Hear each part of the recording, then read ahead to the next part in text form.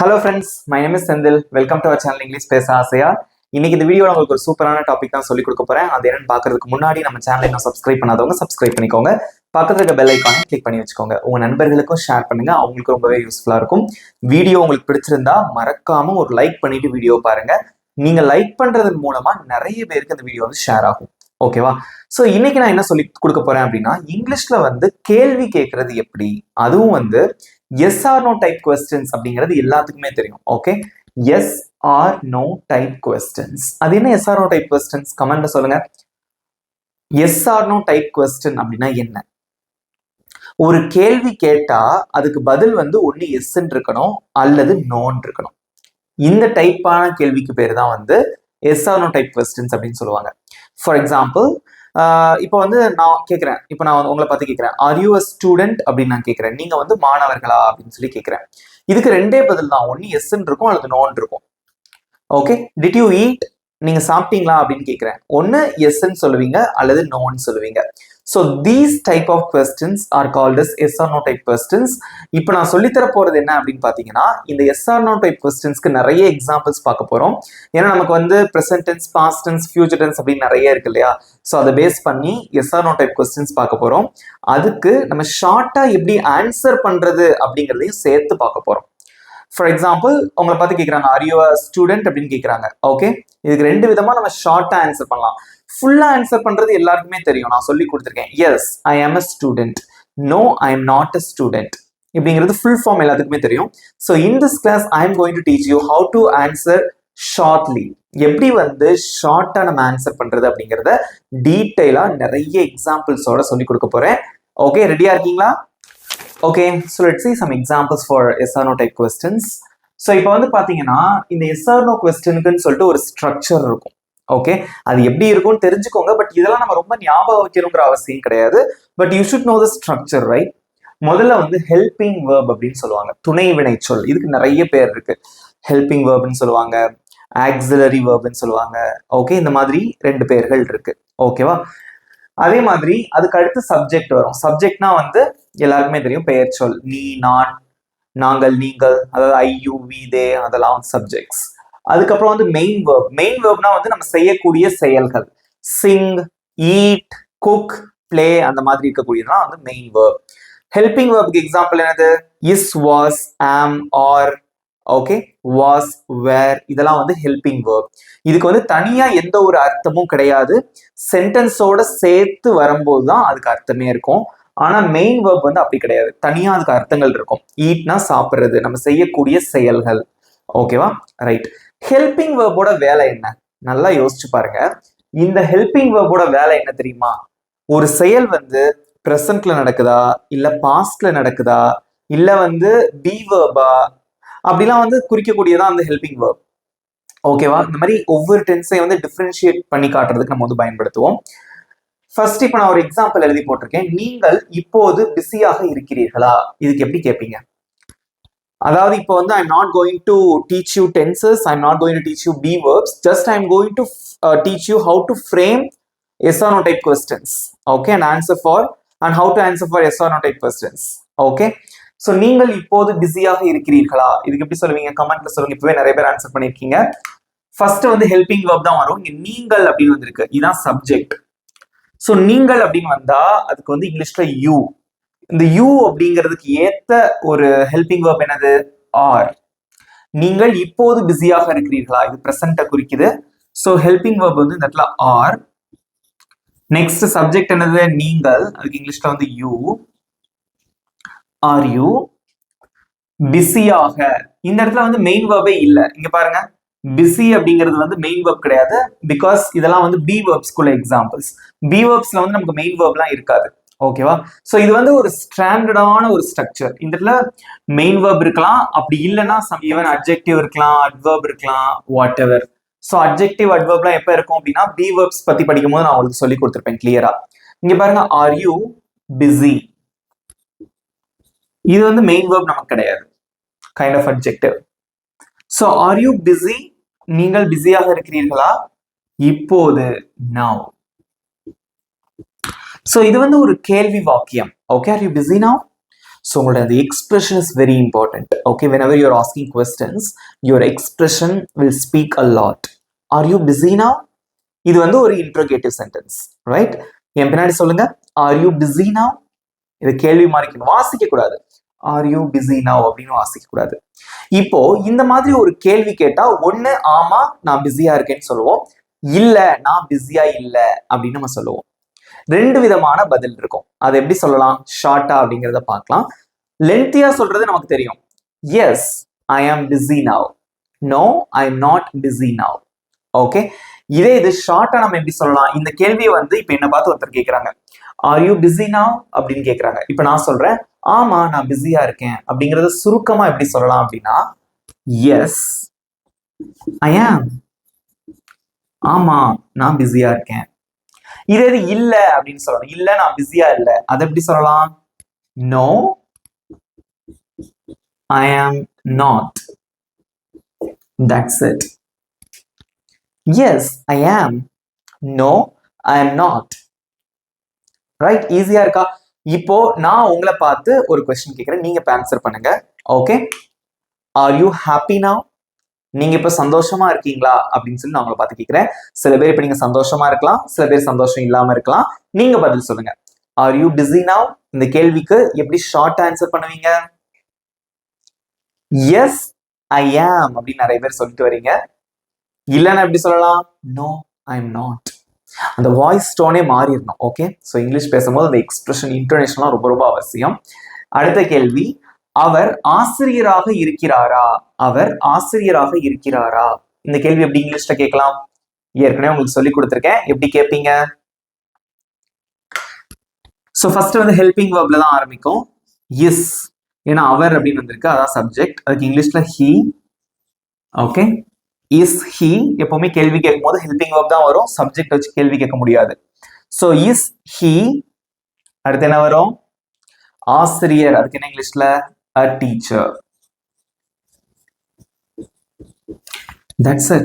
Is he a teacher? அவர் ஆசிரியராக இருக்கிறாரா? Is he a teacher? Okay, அப்போ இந்த இடத்துல வந்து மெயின் வெர்ப் தான் வரணுங்கிற அவசியம் கிடையாது. அட்ஜெக்டிவ் வரலாம், அட்வர்ப் வரலாம், அல்லது வந்து மெயினா வந்து அட்ஜெக்டிவ் வரலாம். அட்வர்ப் கூட ரொம்ப சிச்சுவேஷன் நமக்கு வராது. நவுன் வரலாம். இங்க பாருங்க, a teacher அப்படிங்கிறது ஒரு noun. Got it? Is he a teacher? அவர் ஆசிரியரா? உங்களுக்கு தெரிஞ்ச ஒருத்தர் இருக்காரு, அவரை பார்த்து ஒருத்தவங்க கேட்கறாங்க, இஸ் ஹி டீச்சர்? அவர் ஆசிரியரா அப்படின்னு கேட்கறாங்க. அவர் டீச்சரா இருந்தா ஆமா அவர் டீச்சர் தான் அப்படிங்கறத ஃபுல் ஃபார்ம்ல எப்படி சொல்லுவீங்க? Yes he is a teacher அப்படின்னு சொல்லுவோம். இங்கிலீஷ் பேசும்போது இந்த மாதிரி ஷார்ட்டா சொன்னீங்கன்னா ரொம்ப அழகா இருக்கும். ஷார்ட்டா எப்படி ஆன்சர் பண்ணலாம் அப்படின்னா ரொம்ப சிம்பிள், எஸ் ஹி இஸ், அவ்வளவுதான். எஸ் ஹி இஸ், ஆமா அவரு அப்படிதான் இருக்காரு, டீச்சர் தான். ஓகே, இல்ல அவர் டீச்சர் இல்ல அப்படிங்கறத சொல்றதுக்கு எப்படி சொல்லலாம்? No he is not or he isn't. No he isn't, no he is not. அவர் டீச்சர் கிடையாது. சோ இதெல்லாம் வந்து ஒரு ஷார்ட்டான வழிகள், ஷார்ட்டா ஆன்சர் பண்றது. திரும்ப பிராக்டிஸ் பண்ணலாமா? is he a teacher? yes he is. no he isn't. இப்போ உங்களை பார்த்து இன்னொரு கேள்வி கேட்கட்டுமா நானு? Okay, is she your friend? ஒருத்தவங்க இருக்காங்க, ஒரு பொண்ணு இருக்காங்க, நான் உங்களை பார்த்து கேட்கிறேன், உங்கள்கிட்ட கேட்கிறேன், இஸ் ஷி யுவர் ஃப்ரெண்ட்? அவள் உன்னுடைய தோழியா அப்படின்னு சொல்லி கேட்கிறோம். இதுக்கு நீங்க எப்படி ஆன்சர் பண்ணுவீங்க? ரெண்டு வழிகள் இருக்கு. ஷார்ட்டா சொல்லுங்க பார்க்கலாம். ஆமா அவளின் தோழி தான் அப்படிங்கிற ஷார்ட்டா எப்படி சொல்லுவீங்க? கமெண்ட்ல சொல்லுங்க. Good, yes she is. இல்லைன்னா எப்படி சொல்லுவீங்க? No she isn't.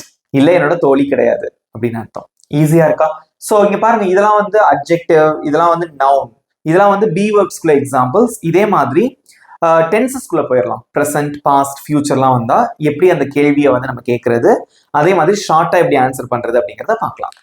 ஓகே, இப்போ நம்ம டென்சஸ்குள்ள போயிடலாம். சிம்பிள் ப்ரெசென்ட் டென்ஸ்ல இருந்து ஒரு 3 சென்டென்சஸ் நான் கொடுத்துருக்கேன். இதுக்கு நம்ம ஆன்சர் பண்ணலாம். இங்க பாருங்க, உனக்கு காஃபி பிடிக்குமா?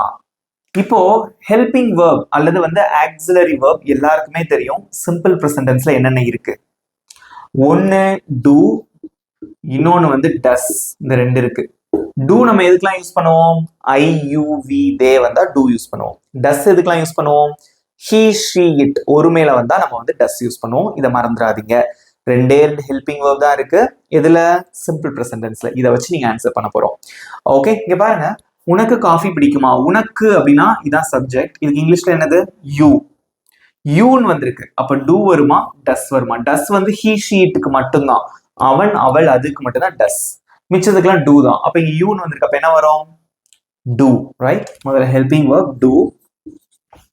நெக்ஸ்ட் சப்ஜெக்ட் என்னது? உனக்கு யூ. மெயின் வேர்ப் என்னதுங்க? பிடிக்குமா? பிடிக்கிறதா இங்க வேர்ப். அதுக்கு என்ன இங்கிலீஷ்ல? Like. Okay, so do you like coffee? இது ஒரு எக்ஸ்ட்ரா இருக்கக்கூடிய ஒரு வார்த்தை, அதை அப்படியே எழுதிருங்க. Do you like coffee? Do you like coffee? உங்களுக்கு காஃபி பிடிக்குமா? இல்லை உனக்கு காஃபி பிடிக்குமா? இது வந்து ஒரு இன்ட்ரோகேட்டிவ் சென்டென்ஸ். இது வந்து ஒரு yes R no type question. ஏன்? ஒன்னு பிடிக்கும்னு சொல்லணும், அது பிடிக்காதுன்னு சொல்லணும். ஒன்னு எஸ்ன்னு சொல்லணும், அது நோன்னு சொல்லணும். இது எப்படி ஷார்ட்டா சொல்லலாம் அப்படிங்கறத பார்க்கலாமா? இங்க பாருங்க. ஃபர்ஸ்ட் வந்து எனக்கு பிடிக்கும் அப்படின்னு சொல்லணும். அதை எப்படி சொல்றது? ரொம்ப சிம்பிள். இங்க பாருங்க எப்படி சொல்லலான்னு. எஸ் எனக்கு பிடிக்கும் மாத்திரணும். உங்களை பார்த்து கேட்டா டு யூ லைக் காஃபினா திரும்ப நம்ம யூங்கிற சப்ஜெக்ட் யூஸ் பண்ணக்கூடாது. ஏன்னா எனக்கு பிடிக்கும் தான் சொல்லணும். ஓகேவா? ரொம்ப ஈஸியா ஷார்ட்டா ஆன்சர் பண்ணிடலாம். இங்க பாருங்க, எஸ் போட்டாச்சா, அதுக்கப்புறம் ஐ போட்டாச்சா, அடுத்து இந்த ஹெல்பிங் வெர்பை தூக்கி அப்படியே போட்டுறணும். அவ்வளவுதான். Yes I two. S I two. அவ்வளவுதான். எஸ் ஐ லைக் அப்படி அப்படி சொல்லலாம். ஃபுல்லா சொல்லலாம். எஸ் ஐ லைக் காஃபி அப்படின்னு சொல்லலாம். ஷார்ட்டா ஆன்சர் பண்ணும்போது நீங்க வந்து ஹெல்பிங் வெர்பை தான் யூஸ் பண்ணணும். எஸ் ஐ டூ அப்படின்னு சொல்லணும். இதே இது எனக்கு பிடிக்காது, எனக்கு காஃபி பிடிக்காதுன்னு சொல்லணும். அதை எப்படி சொல்லலாம்? ரொம்ப சிம்பிள். No I don't. அவ்வளவுதான். ஃபுல்லா வந்து நோ ஐ டோன்ட் லைக் காஃபின்னு சொல்லலாம். ஆனா ஷார்ட்டா சொல்றதுக்கு நோ ஐ டோன்ட். ஸ்டைலிஷா இருக்கும். ரொம்ப பிராக்டிஸ் பண்ணலாமா? இங்க பாருங்க. Do you like coffee? Yes I do. நிறைய இங்கிலீஷ் மூவிஸ்ல இது இருக்கும். இந்த மாதிரி ஷார்ட்டா ஆன்சர் பண்ணுவாங்க. நோட்டீஸ் பண்ணி பாருங்க. No I don't. இது வந்து நெகட்டிவா ஆன்சர் பண்றது. இப்போ நான் உங்களை பார்த்து ஒரு கேள்வி கேட்கிறேன். To you like biryani? உங்களுக்கு பிரியாணி பிடிக்குமா அப்படின்னு கேட்டிருக்கேன். ஆன்சர்ஸ் கமெண்ட்ல சொல்லுங்க. To you like biryani? எல்லாருக்குமே பிடிக்கும் இல்லையா? எப்படி சொல்லுவீங்க ஆமா பிடிக்குங்கிறதுக்கு?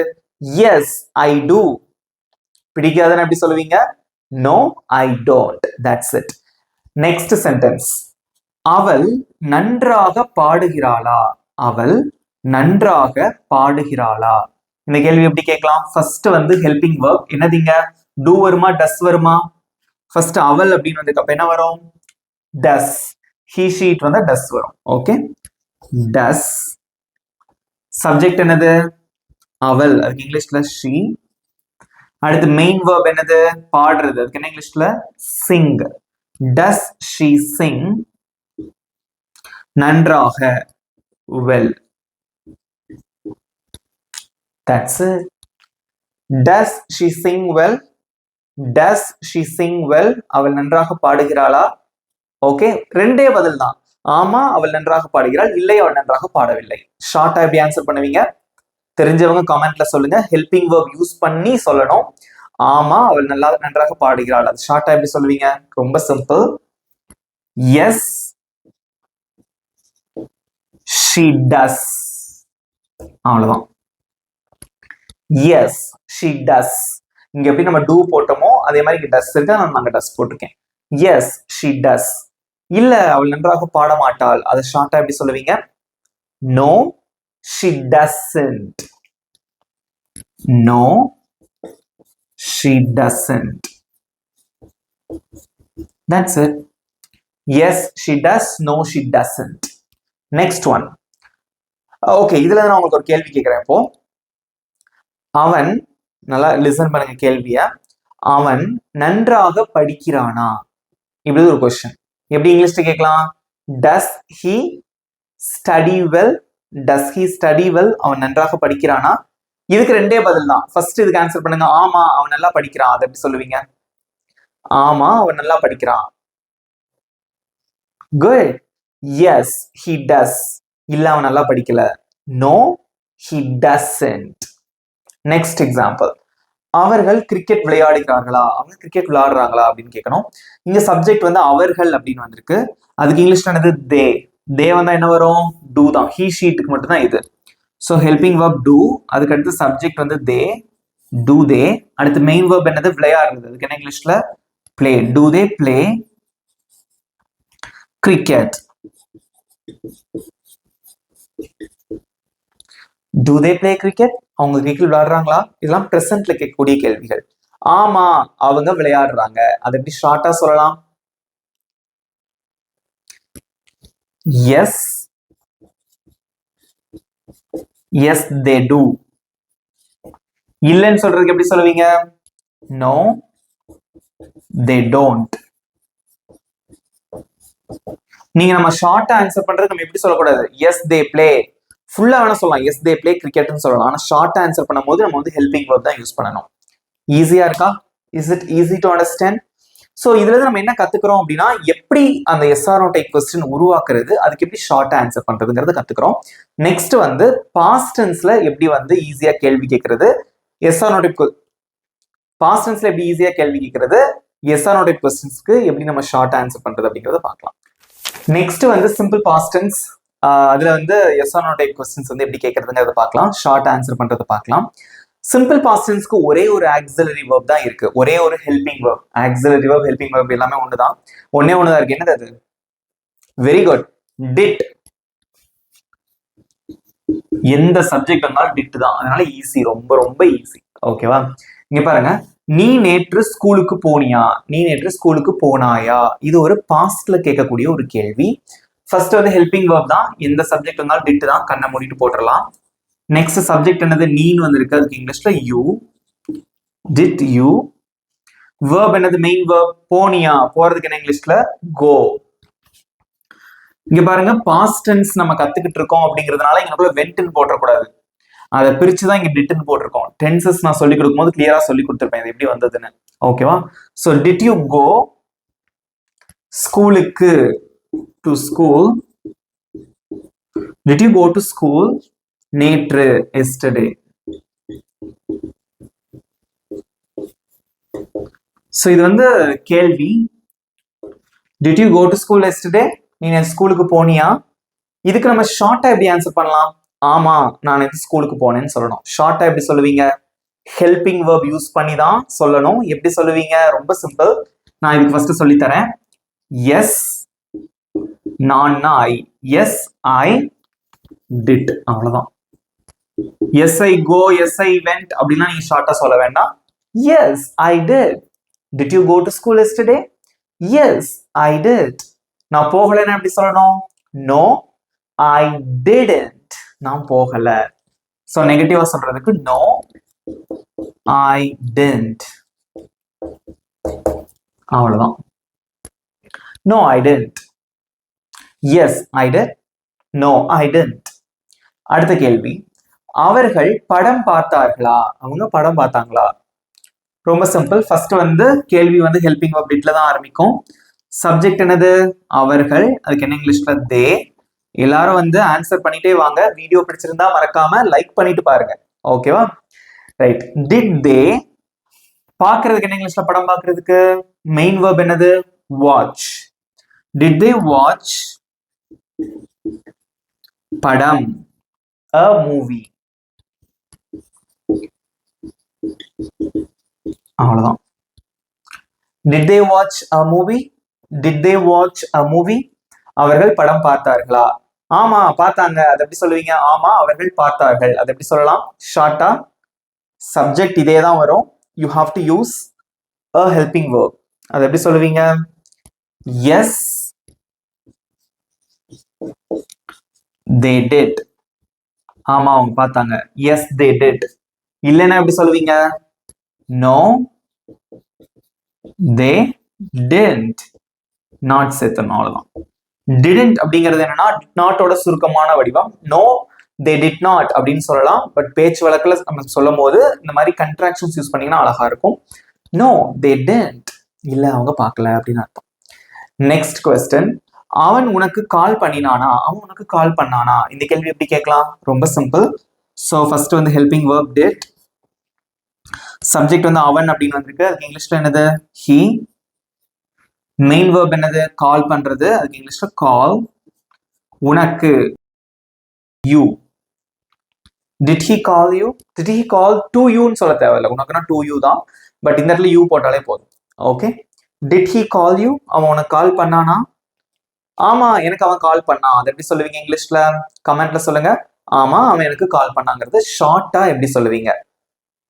அமைதியா இருக்க கூடாது, ஆன்சர்ஸ் கமெண்ட்ல சொல்லுங்க. Yes, he did. Yes, he did. ஆமா, அவன் எனக்கு கால் பண்ணான். இதே தான் அவன் எனக்கு கால் பண்ணலன்னு எப்படி சொல்லுவீங்க? No, he didn't. அவன் எனக்கு கால் பண்ணல. No, he didn't. அவன் எனக்கு கால் பண்ணல அப்படின்னு அர்த்தம். That's it. ஈஸியா இருக்கா? இதே மாதிரி சிம்பிள் ஃபியூச்சர்ல எப்படி வந்து கேள்வி கேட்கறதுங்கிறத பார்க்கலாம். அதுக்கடுத்து உங்களுக்கு டெஸ்ட் இருக்கு. Okay, next simple future. Okay, so இதுக்கு வந்து ஒரே ஒரு ஹெல்பிங் வெர்ப் தான் இருக்கு, எல்லாருக்குமே தெரியும், will. ஓகே, எந்த சப்ஜெக்ட் வந்தாலும் will தான். ஃபர்ஸ்ட் கொஸ்டின், நீ நாளை வருவாயா? இதுவும் yes R no type question தான். நீ நாளைக்கு வருவியா, அதை எப்படி கேட்கலாம்? ஃபர்ஸ்ட் வந்து will தான் ஆரம்பிக்கும். will, சப்ஜெக்ட் என்னது? நீ, will you. மெயின் வெர்ப் என்னது? வருவாயா, வர்றதுக்கு இங்கிலீஷ்ல come. நாளை, tomorrow. Will you come tomorrow? Will you come tomorrow? நீ நாளைக்கு வருவியா, இல்ல நீங்க நாளைக்கு வருவீங்களா? இதுக்கு ஆமா, நான் நாளைக்கு வருவேன்னு சொல்லணும். அதை ஷார்ட்டா எப்படி சொல்லலாம்? ஹெல்பிங் வெர்ப் யூஸ் பண்ணி சொல்லுங்க. ஆமா, எஸ், நான் வருவேன். Yes, I will. Yes, I will. இல்ல நாளைக்கு நான் வரமாட்டேங்கிறத எப்படி சொல்லுவீங்க? No, I won't. won't அப்படிங்கிறது வந்து will not அப்படிங்கிற அந்த வார்த்தைகளோட சுருக்கமான வடிவம் தான் won't. No, I won't. நான் வரமாட்டேன். No, I won't. Yes, I will நாளைக்கு வருவேன். No, I won't. நான் வரமாட்டேன். நெக்ஸ்ட், அவர்கள் விளையாடுவார்களா? அவங்க விளையாடுவாங்களா? அது எப்படி கேட்பீங்க? ஃபர்ஸ்ட் வந்து ஹெல்பிங் வெர்ப்ல ஆரம்பிக்கும் will, சப்ஜெக்ட் வந்து அவர்கள் they. விளையாடுறதுக்கு என்ன இங்கிலீஷ்ல? Main verb play. will they play? அவங்க விளையாடுவாங்களா? ரெண்டு பதில் இருக்கு, ஒன்னு எஸ் அல்லது நோ. எஸ்னா எப்படி சொல்லுவீங்க? ஆமா, அவங்க விளையாடுவாங்க. எஸ், கமெண்ட்ல சொல்லுங்க எப்படி சொல்லுவீங்க? Yes, they will. ஆமா, அவங்க விளையாடுவாங்க. இல்ல அவங்க விளையாட மாட்டாங்க, அதை எப்படி சொல்லுவீங்க? No, they won't. No,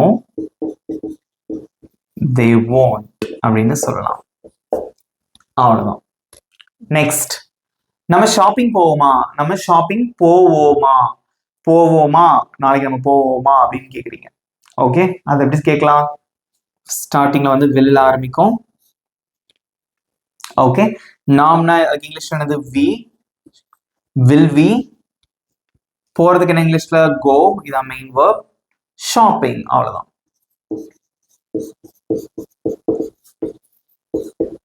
That's it. Will we go shopping? Will we go shopping? நம்ம ஷாப்பிங் போவோமா? ஆமா அப்படின்னு எப்படி சொல்லுவீங்க? Yes, we will. ஆமா, நம்ம போவோம். No, we won't. இல்ல நம்ம போக மாட்டோம். That's it. ரெண்டே பதில் தான், ஒன்னு எஸ், we will. சப்ஜெக்டை மட்டும் நீங்க பாத்துக்கணும். No, we won't. That's it. அவ்வளவுதான். ஸோ இதே மாதிரி கண்டினியூஸ் டென்ஸ் இருக்கு, எல்லாத்துக்குமே இதே ப்ரொசீஜர் தான். பட் ரொம்ப ரொம்ப முக்கியமானது இதுதான். ப்ரெசன்ட், பாஸ்ட், ஃபியூச்சருக்கு வந்து நீங்க எப்படி இதை யூஸ் பண்றீங்க அப்படிங்கிறது தான் ரொம்ப ரொம்ப முக்கியம்.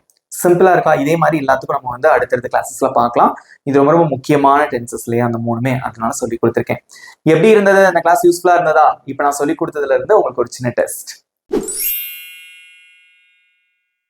இப்போ உங்களுக்கான டெஸ்ட் என்னன்னா, ரெண்டு சென்டென்சஸ் தான் கொடுத்துருக்கேன். நீ படிக்கிறாயா, அவன் வந்தானா. That's it. ஓகே, இதுக்கு வந்து இந்த கேள்வியை நீங்க வந்து உருவாக்கணும். கேள்வியும் இங்கிலீஷ்ல எழுதணும். அதுக்கு பாசிட்டிவா எப்படி சொல்லணும், நெகட்டிவா வந்து எப்படி ஆன்சர் பண்ணணும் அப்படிங்கிறதையும் சொல்லணும். இந்த எஸ் நோ சொன்னோம் பாத்தீங்களா, அந்த மாதிரி இந்த ரெண்டு சென்டென்சஸ்க்குமே சொல்லணும். இந்த சென்டென்ஸையும் நீங்க ஃப்ரேம் பண்ணணும். எஸ் நோ அதுல வந்து எப்படி ஷார்ட் ஆன்சர் பண்ணுவீங்க அப்படிங்கிறதையும் சொல்லணும். ஓகேவா? உங்களுக்கு வந்து 20 seconds டைம். உங்க ஆன்சர்ஸை காமெண்ட்ஸ்ல சொல்லுங்க. Your time starts now.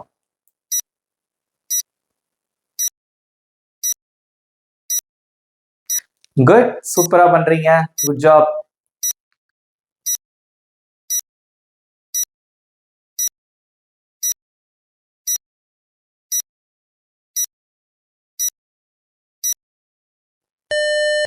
Times அப். இப்போ நான் ஆன்சர்ஸ் சொல்றேன், செக் பண்ணிக்கோங்க. வெரி குட், செம்மையா ஆன்சர் பண்ணிருக்கீங்க எல்லாரும். ஃபர்ஸ்ட் கொஸ்டின், நீ படிக்கிறாயா? படிக்கிறாயானா இப்ப படிக்கிறியா, பிரசன்ட்ல கேட்கக்கூடிய ஒரு கேள்வி.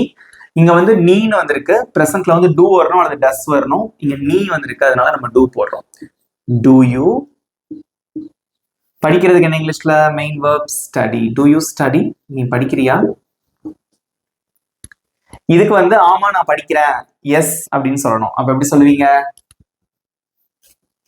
S I two. நோ இல்லைன்னா நோ ஐ டோன்ட். இதான் இதுக்குரிய ஆன்சர். ஓகே, நெக்ஸ்ட், அவன் வந்தானா, முடிஞ்சு போன விஷயம். அவன் வந்தானா பாஸ்ட்ல கேட்கக்கூடிய ஒரு கேள்வி. அப்ப என்ன வரும்? ஹெல்பிங் வெர்ப் முதல்ல டிட். அவன், அதுக்கு இங்கிலீஷ்ல he come. did he come? அவன் வந்தானா? ஆமா அவன் வந்தான், அதுக்கு எப்படி சொல்லுவீங்க? S he did. இல்லைங்கிறதுக்கு எப்படி சொல்லுவீங்க? no he didn't. no he didn't. இல்ல அவன் வரல. தட்ஸ் இட், அவ்வளவுதாங்க. யூஸ்ஃபுல்லா இருந்ததா? கண்டிப்பா வந்து நீங்க நான் சொல்லி கொடுத்த விஷயங்களை வச்சு ப்ராக்டிஸ் பண்ணுங்க. இங்கிலீஷ் வந்து சூப்பரா பேசலாம். இந்த மாதிரி கேள்வி கேளுங்க, எஸ் ஆர் நோ டைப்ல வந்து ஆன்சர் பண்ணி பாருங்க. ரொம்பவே சூப்பரா வந்து உங்களுக்கு புரிய ஆரம்பிச்சிடும். புரிய ஆரம்பிச்சிருச்சுன்னா ஈஸியா நீங்க பேச ஆரம்பிச்சிருவீங்க. ஓகேவா? ப்ராக்டிஸ் தான் ஒரே வழி. இப்போ உங்களுக்கான ஹோம்ஒர்க். ரெண்டே சென்டென்சஸ் தான். இங்க பாருங்க, அவன் இப்போது சாப்பிடுகிறானா, அவன் இப்போ சாப்பிடுறானா, சிம்பிள் பிரசன்ட்ல கேட்கக்கூடிய ஒரு கேள்வி. அவர்கள் நாளை வருவார்களா, இதுக்கு எப்படி வந்து இங்கிலீஷ்ல கேட்பீங்க, இதுக்கு ஷார்ட்டா எப்படி எஸ் நோல ஆன்சர் பண்ணலாம் அப்படிங்கிறத காமெண்ட்ஸ்ல மறக்காம சொல்லுங்க. டவுட்ஸ் இருந்ததுன்னா திரும்ப வீடியோவை போய் பார்த்துட்டு வந்து கூட ஆன்சர் பண்ணுங்க. பட் கரெக்டான ஆன்சர்ஸ் காமெண்ட்ஸ்ல சொல்லுங்க. ஓகே, இந்த வீடியோ உங்களுக்கு பிடிச்சிருந்தா மறக்காம லைக் பண்ணிக்கோங்க, உங்க ஃப்ரெண்ட்ஸ்க்கும் ஷேர் பண்ணுங்க. நம்ம சேனலை இன்னும் சப்ஸ்கிரைப் பண்ணாதவங்க சப்ஸ்கிரைப் பண்ணிக்கோங்க, பக்கத்துக்கு பெல் ஐக்கானை கிளிக் பண்ணி வச்சுக்கோங்க. இதே மாதிரி ஒரு சூப்பரான டாபிக்கோட நெக்ஸ்ட் வீடியோட நான் உங்களை மீட் பண்றேன். Thank you friends.